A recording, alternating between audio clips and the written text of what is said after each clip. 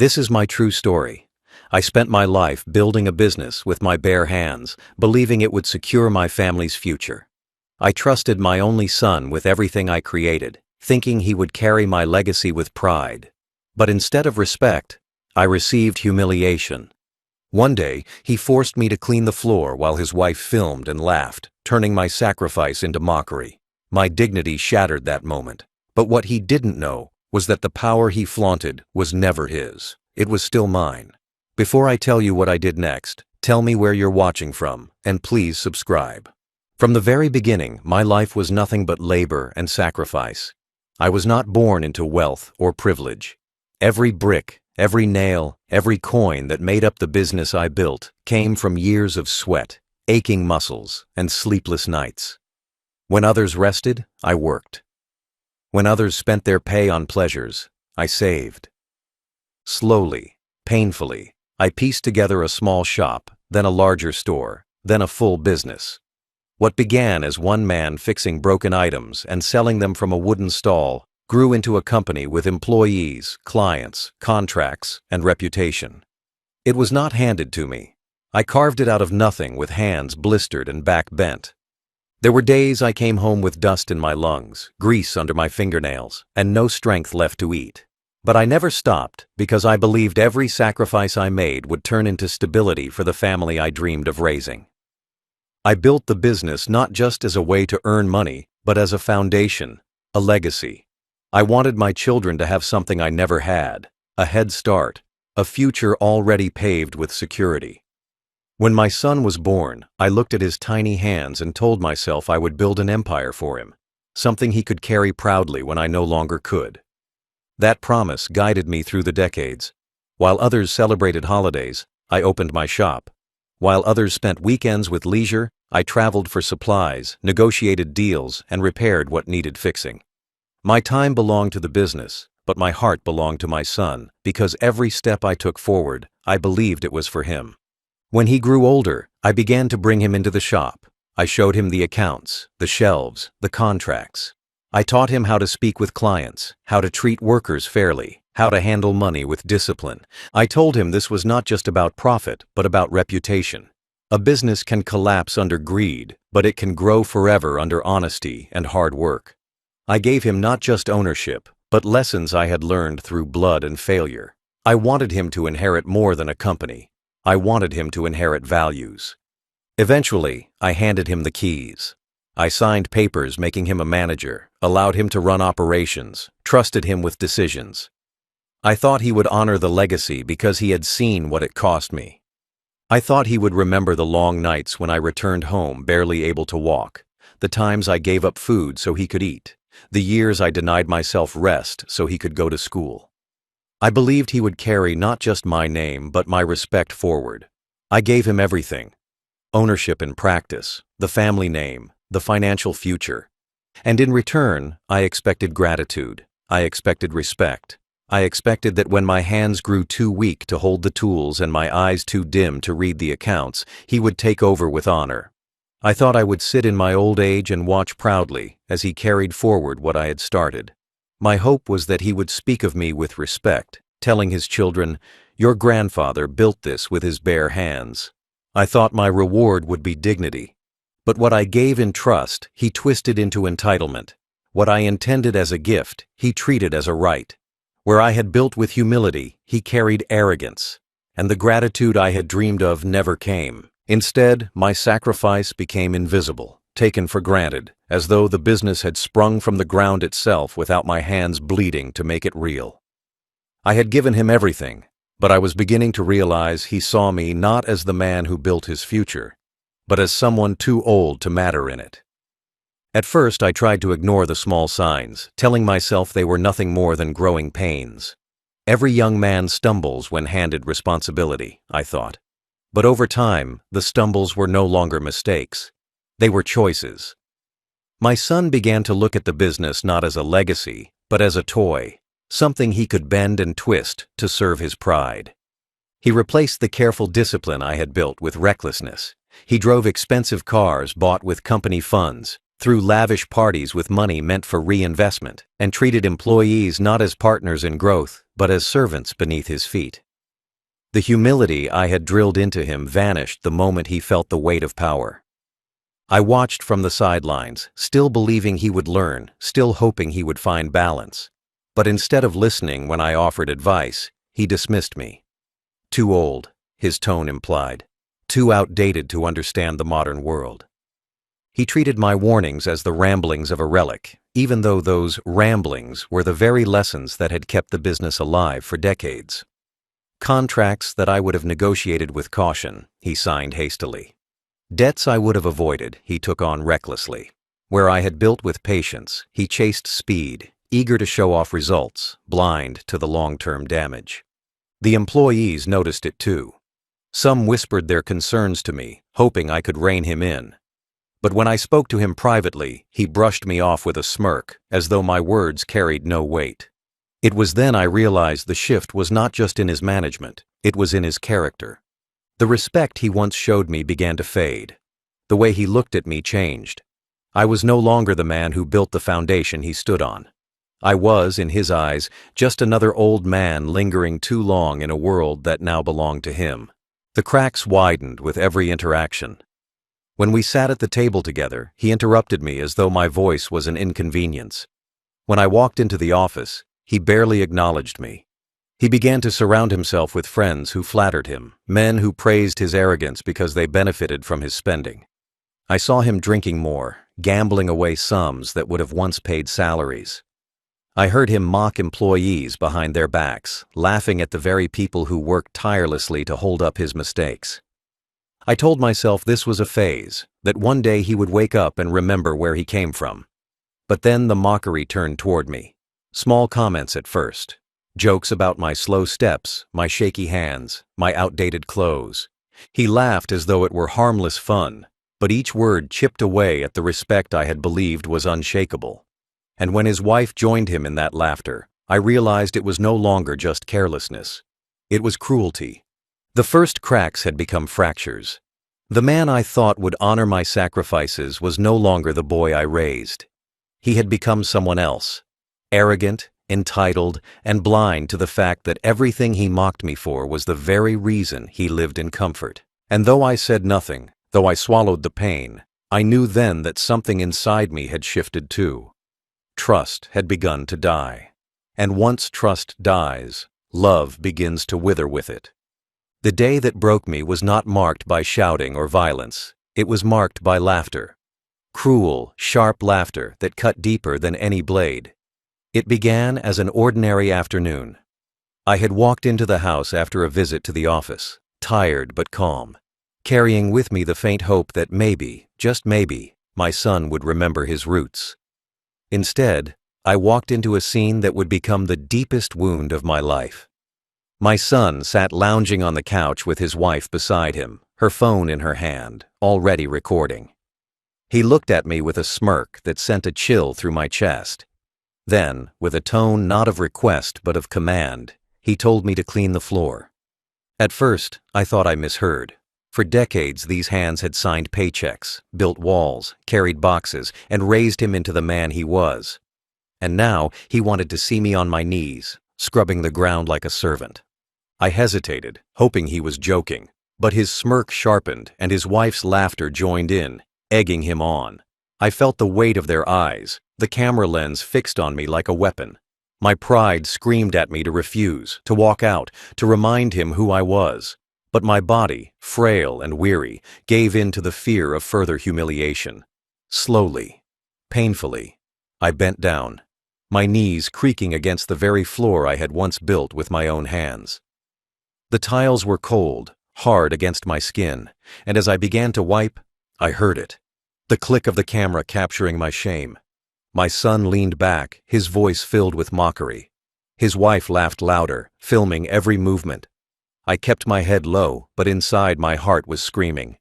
Each wipe of the cloth was not just against the floor, it was against my dignity, scraping away the respect I had spent a lifetime earning.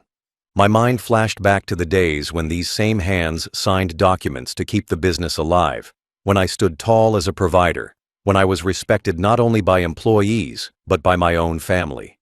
And now, In the twilight of my life, I was reduced to entertainment for my son and his wife. I wanted to rise, to throw the cloth aside, to shout and remind him that without me, there would be no business, no house, no floor to laugh upon. But the weight of their cruelty pinned me down. They laughed freely, unashamed, as if my humiliation was nothing but a joke to share later. The sound of that laughter still echoes in my ears. It was not just a laugh, it was the sound of betrayal, the confirmation that I was no longer seen as a father, but as a fool, a burden, a spectacle. When it was over, I rose slowly, my body aching, my soul heavier than ever. I did not speak. I did not argue. I walked away silently, but inside, something had broken beyond repair. That moment was not just about cleaning a floor. It was about erasing decades of sacrifice in the span of a laugh. My dignity had been shattered, filmed, and mocked by the very people who should have protected it. That day, I realized fully that my son no longer saw me as the man who raised him. To him, I was nothing more than a shadow, a joke, an old man to be laughed at. But while he laughed, he forgot something vital. He forgot that shadows can hold secrets, and old men can still hold power. That humiliation planted the seed of revenge in me, not out of anger, but out of the need to reclaim my dignity. He thought he had stripped me bare, but he had only awakened the strength he never imagined I still possessed. That night, after the humiliation, I sat alone in my room. The walls around me were familiar, built from years of my labor, yet they felt like strangers, closing in with suffocating silence. I could still hear their laughter echoing in my mind, the sound of my son and his wife mocking me as though my life's worth had been reduced to a moment on their phone camera. I sat on the edge of my bed, my hands trembling, not from age alone, but from the weight of betrayal. My eyes wandered to the floor beneath me, and I realized with cruel irony that I had once laid down those very tiles, choosing them carefully when the house was first built. My hands had built the structure, my savings had paid for the foundation, my sacrifices had brought the walls to life. And now, the same floor I once created had become the stage of my deepest humiliation. The cloth I used to scrub the ground still burned in my memory. I thought about all the times those hands had held contracts, pens, and tools, guiding the business through storms, paying debts, and building opportunities. I thought of how I once stood tall, respected by clients, admired by workers, trusted by neighbors. Those same hands had carried my son as a baby, wiped his tears, held him steady when he learned to walk. Now, they were mocked for wiping tiles while his wife laughed behind a camera. The weight of that realization pressed against my chest like a stone. I replayed moments of my past, when I stayed awake through sleepless nights, balancing accounts and repairing broken equipment. When I worked in rain and under the burning sun, just to make sure there was always food on the table. When I gave up vacations, comfort, and even health so that my family could thrive. Every memory was a sacrifice, and every sacrifice was meant for the same man who now sneered at me. My son did not just laugh at me that day. He laughed at every year I had given, every drop of sweat I had shed, every dream I had carried for him. The pain was not only humiliation, it was heartbreak. For a father, there is no greater wound than seeing his own child erase him. It was not a stranger who mocked me. It was my own flesh and blood. The boy who once ran into my arms with joy had now pushed me to my knees with cruelty. The boy who once looked at me with admiration now looked down with contempt. That betrayal was far deeper than the act itself. It cut into my soul and reminded me that I was no longer seen as a father, but as a relic, something to be laughed at and discarded. In the silence of the night, I wept, not loudly, not with anger, but with quiet tears that stained my pillow. The pain was mine alone. No one came to comfort me. No one knocked on my door to say they were sorry. They laughed, filmed, and went on with their lives, leaving me to carry the wound. I stared into the darkness and asked myself how I had reached this point, how decades of sacrifice had ended in such cruelty. But even in that despair, a realization began to stir. Pain can break a man, but it can also sharpen him. As I sat there, replaying the moment over and over, I remembered something they had forgotten. I was still the foundation of everything they had. They may have mocked me, but the house, the business, the wealth, they all bore my signature, my blood, my work. They thought I was powerless, but they were blind to the truth. The quiet pain that filled me that night did not weaken me. It gave me clarity. And in that clarity, I promised myself something. I would no longer live as their joke.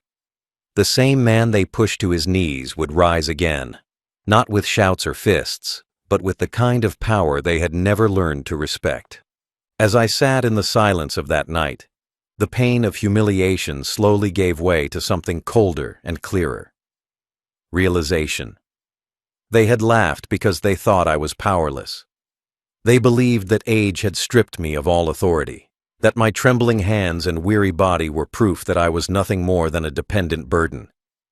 But what they did not understand, what they had completely forgotten, was that power does not always live in strength of muscle or speed of step.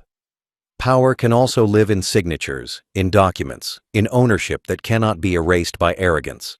And legally, in every sense that mattered, the business they flaunted, the money they spent, the properties they claimed, it was all still mine. When I built the company, I had been cautious. I had seen too many men lose everything because they handed it away too quickly, trusting blindly, believing loyalty would last forever. So when I passed the daily operations to my son, I had not given him the crown completely. The papers, the titles, the final authority, all of it remained in my name. I let him play the role of owner, let him enjoy the illusion of power, because I believed he would carry himself with humility. I thought letting him feel ownership would make him responsible. What I did not expect was that it would make him arrogant. He strutted through the business as if it were his kingdom, barking orders, spending freely, mocking my advice, believing that he controlled everything. But he was blind to the truth. Every asset, every account, every property connected to that business still depended on one thing: my name. Without my signature, nothing was final. Without my approval, nothing was secure. They forgot that. My son and his wife laughed at me because they thought they held all the power. They filmed me on my knees, convinced that I was beneath them. But while they laughed, I remembered the documents locked in my drawer, the ownership papers that bore my name and not his. While they mocked, I remembered the contracts that only I had authority to sign, the bank accounts that still traced back to me as founder and guarantor. In their arrogance, they forgot the foundation upon which they stood, and in forgetting, they handed me the very weapon I would use against them. The truth settled in me like iron. I realized I was not trapped in weakness. I was holding the key to their entire world. The house they lived in had been bought with the profits of the business. The cars they drove came from accounts tied to my name. The vacations they boasted about were paid for by the wealth I had created. They believed they were untouchable because they mistook management for ownership. They confused illusion with reality. And the reality was this: everything they mocked me with was still under my control. That realization transformed my pain into purpose.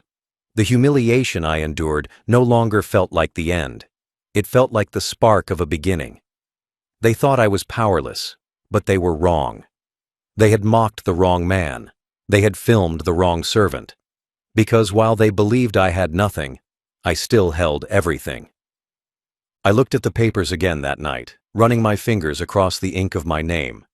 That name, worn with age, mocked by my son, was still the name that held weight in every legal office, every bank, every property ledger. They could laugh at me as a man, but they could not erase the authority of my name. That was the power they forgot.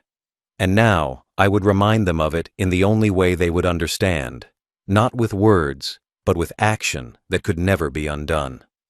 The morning after my humiliation, I woke not as a broken man, but as a man with purpose. The pain in my knees from scrubbing the floor remained, but it no longer felt like a wound. It felt like a reminder of what needed to be done. My son believed he had stripped me of dignity, but in reality, he had only stripped away the last thread of patience I had left for him. I had carried him through life, handed him opportunity after opportunity, given him the illusion of power, and endured his mockery in silence. But now, the silence was over. That night's laughter was the final spark that set my resolve aflame. I would not shout. I would not confront him in anger. I would not try to explain the years of sacrifice he had chosen to forget. Instead, I would do something far colder, far more final. I would take back what was always mine. The plan formed in my mind with the clarity of a man who has nothing left to lose. I would strip him of the business he thought belonged to him. Quietly, without warning, without giving him time to resist. I knew where every paper was, where every contract had been filed, where every account could be reached.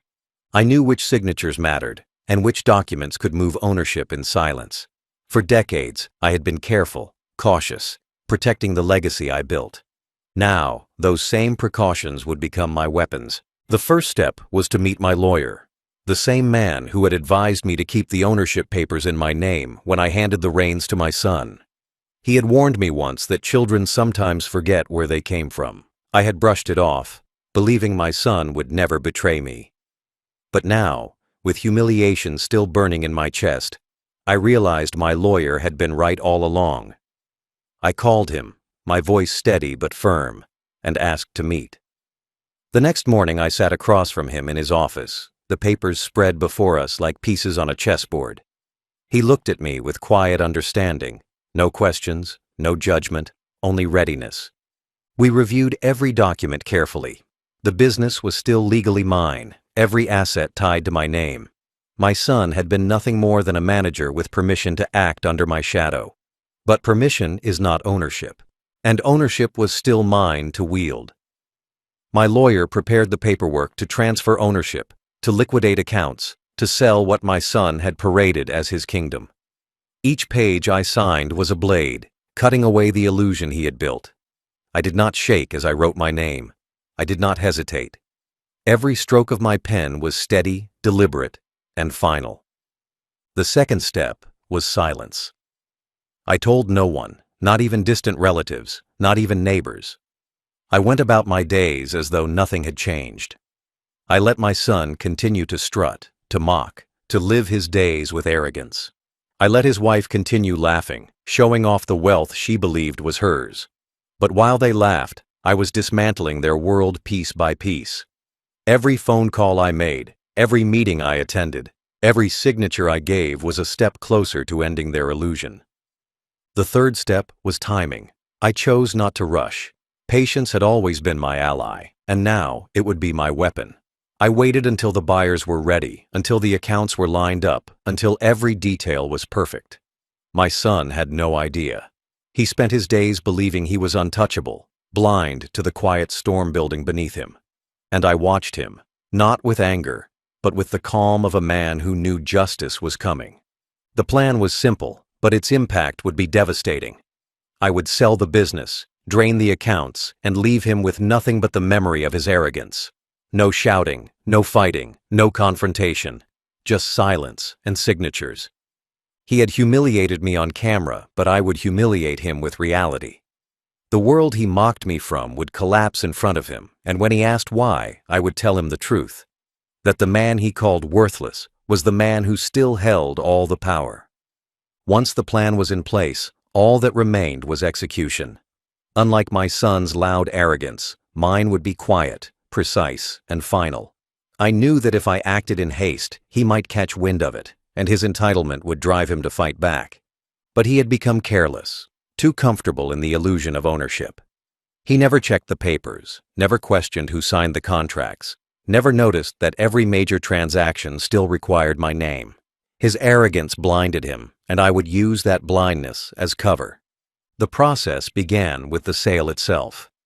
My lawyer contacted buyers discreetly, men who had long expressed interest in acquiring the company I had built.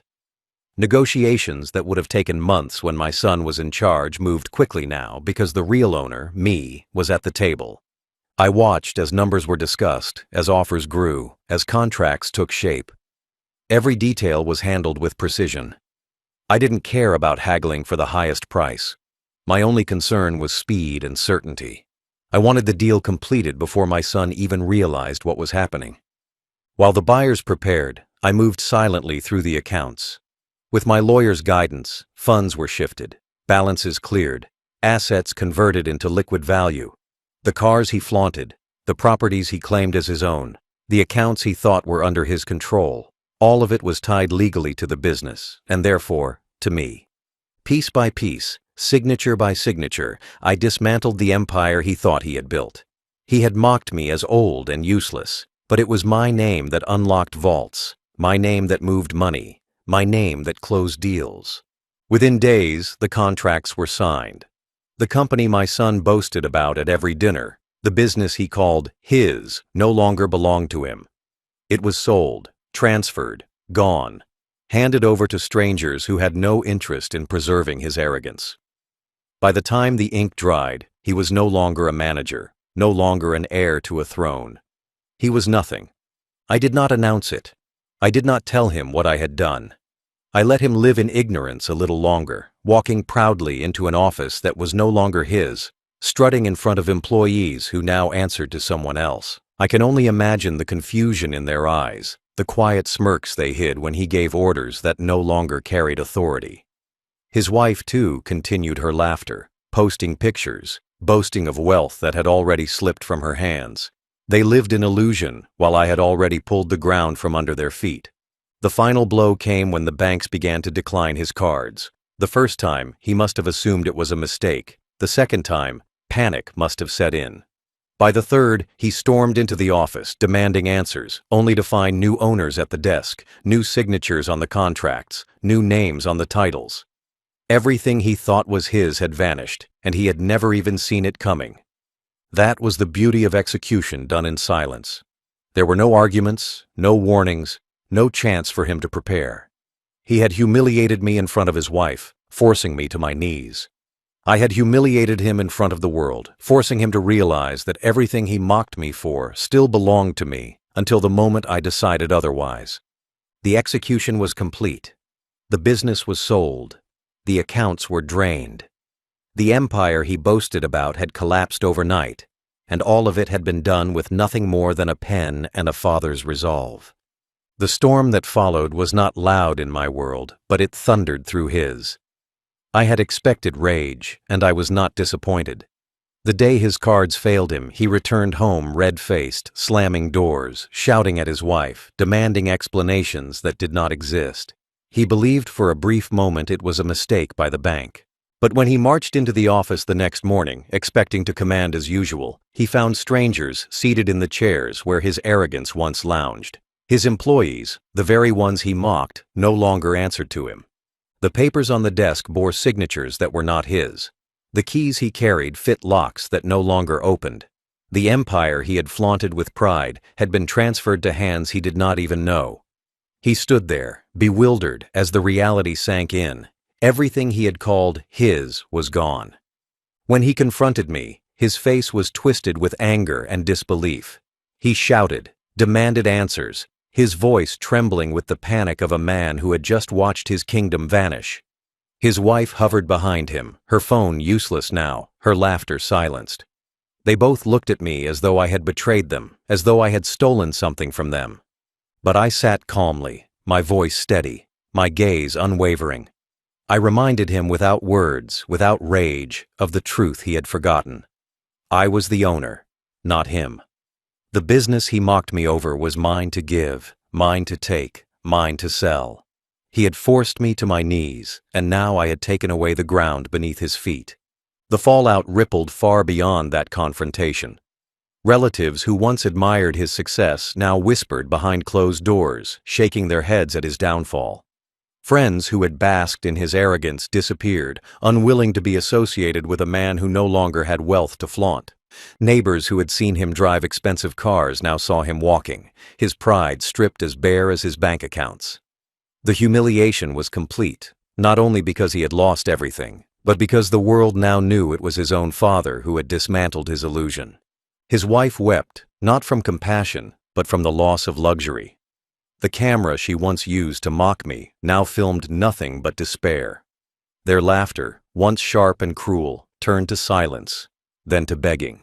They pleaded for another chance, for forgiveness, for restoration. But I had nothing left to give. My years of sacrifice had been trampled, my dignity had been mocked. My love had been treated as weakness. There was no return from that. I did not gloat. I did not shout. I did not dance in victory. I simply lived in the calm knowledge that justice had been served. My son had mocked me as powerless, but I had reminded him that true power lies not in arrogance, not in youth, not in laughter at another's pain. True power lies in ownership, in patience, in the quiet strength to wait for the right moment. The fallout left him broken, left her silenced, left their world in ruins. And it left me free, free of their mockery, free of their arrogance, free of the weight I had carried for too long. When the dust of the fallout began to settle, the world they once controlled lay in ruins. My son, who had strutted through life with the pride of a king, now wandered with the confusion of a beggar. His wife, who once laughed behind her phone, now cried behind closed doors. The lavish cars they flaunted were repossessed, the properties they bragged about now owned by others, and the business that fueled their arrogance had vanished from their grip as if it had never been theirs at all. What once gave them a false sense of superiority now served as the clearest reminder that it was never their power to begin with. It was mine. The relatives who once praised them no longer visited. They avoided phone calls, embarrassed to be associated with their shame. Friends disappeared, retreating into silence the moment the money stopped flowing. Neighbors who had once admired their success now gossiped openly about their downfall. The same people who had clapped for them in their rise now shook their heads at the arrogance that brought about their fall. My son, who had believed laughter was a weapon, learned quickly that it cuts deepest when the world laughs at you instead. I, however, found peace. For the first time in years, I no longer lived under the weight of humiliation. I no longer carried the bitterness of being mocked by my own blood. I had taken the only step left for me, not through rage, but through justice. I had reminded him that the man he forced to his knees was still the man who built everything he stood on. And when I stripped it all away, I did not do it in cruelty. I did it because respect is the one currency no man can buy, and once he spent it recklessly, I took back the foundation beneath him. The aftermath was quiet in my heart. I did not celebrate his downfall, for there is no joy in watching your own child destroy himself. But there was calmness, a stillness that comes only when dignity has been restored. I could sit in my chair without shame. I could look at the walls I built without pain. I could walk the streets without lowering my head. I was no longer the old man mocked on camera, no longer the father bent to the floor. I was the owner, the builder, the man who chose silence when it was needed and action when it was necessary. My son begged in whispers, his wife wept in frustration, but their words no longer held weight. They had laughed when they thought I had no power. They learned too late that the greatest power I held was the quiet ability to erase everything they had taken for granted. The aftermath left them hollow, but it left me whole. In the end, I did not wait for apologies that would never come, nor did I cling to a family that had already shown me what I meant to them. I packed a small suitcase, the same way I once packed tools when I was young and hungry for work, and this time I carried not the weight of survival, but the freedom of release. The sale of the business had given me enough to live the rest of my days in comfort. I left behind the house that had become a prison of mockery and betrayal, and I vanished quietly, without ceremony, without announcement. They woke one morning to find me gone, and with me went the last tie to the wealth they once claimed as theirs. I chose a place far from the whispers of neighbors and the stares of relatives. A modest town, quiet streets, where no one knew my name or my past. There, I began again, not as the builder of a business, not as the father mocked in his old age, but as a man who had reclaimed his dignity. Each morning I woke to peace instead of humiliation. I walked in silence, greeted strangers who smiled without judgment, sat in the sun without the shadow of cruelty looming over me. I lived not with riches flaunted, but with dignity restored, and that was worth more than all the money in the world. Justice was not in destroying my son's life, it was in reminding him of the truth. He thought I was nothing, but I was the signature that made him everything.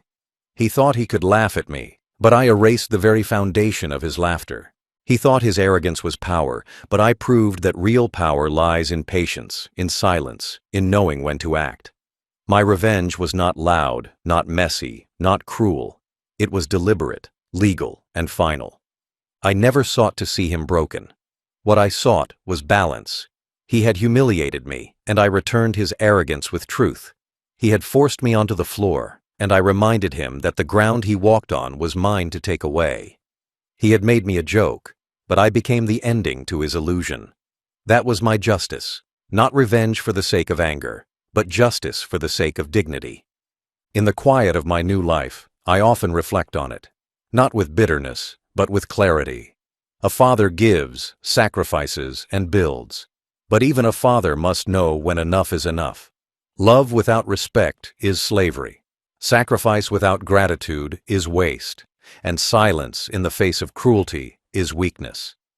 I had been weak for too long, but in the end, I remembered who I was. My final thought is, he thought I was nothing, but I was the foundation of everything. He mocked me as powerless, but I proved that even an old man can still hold the pen that erases an empire.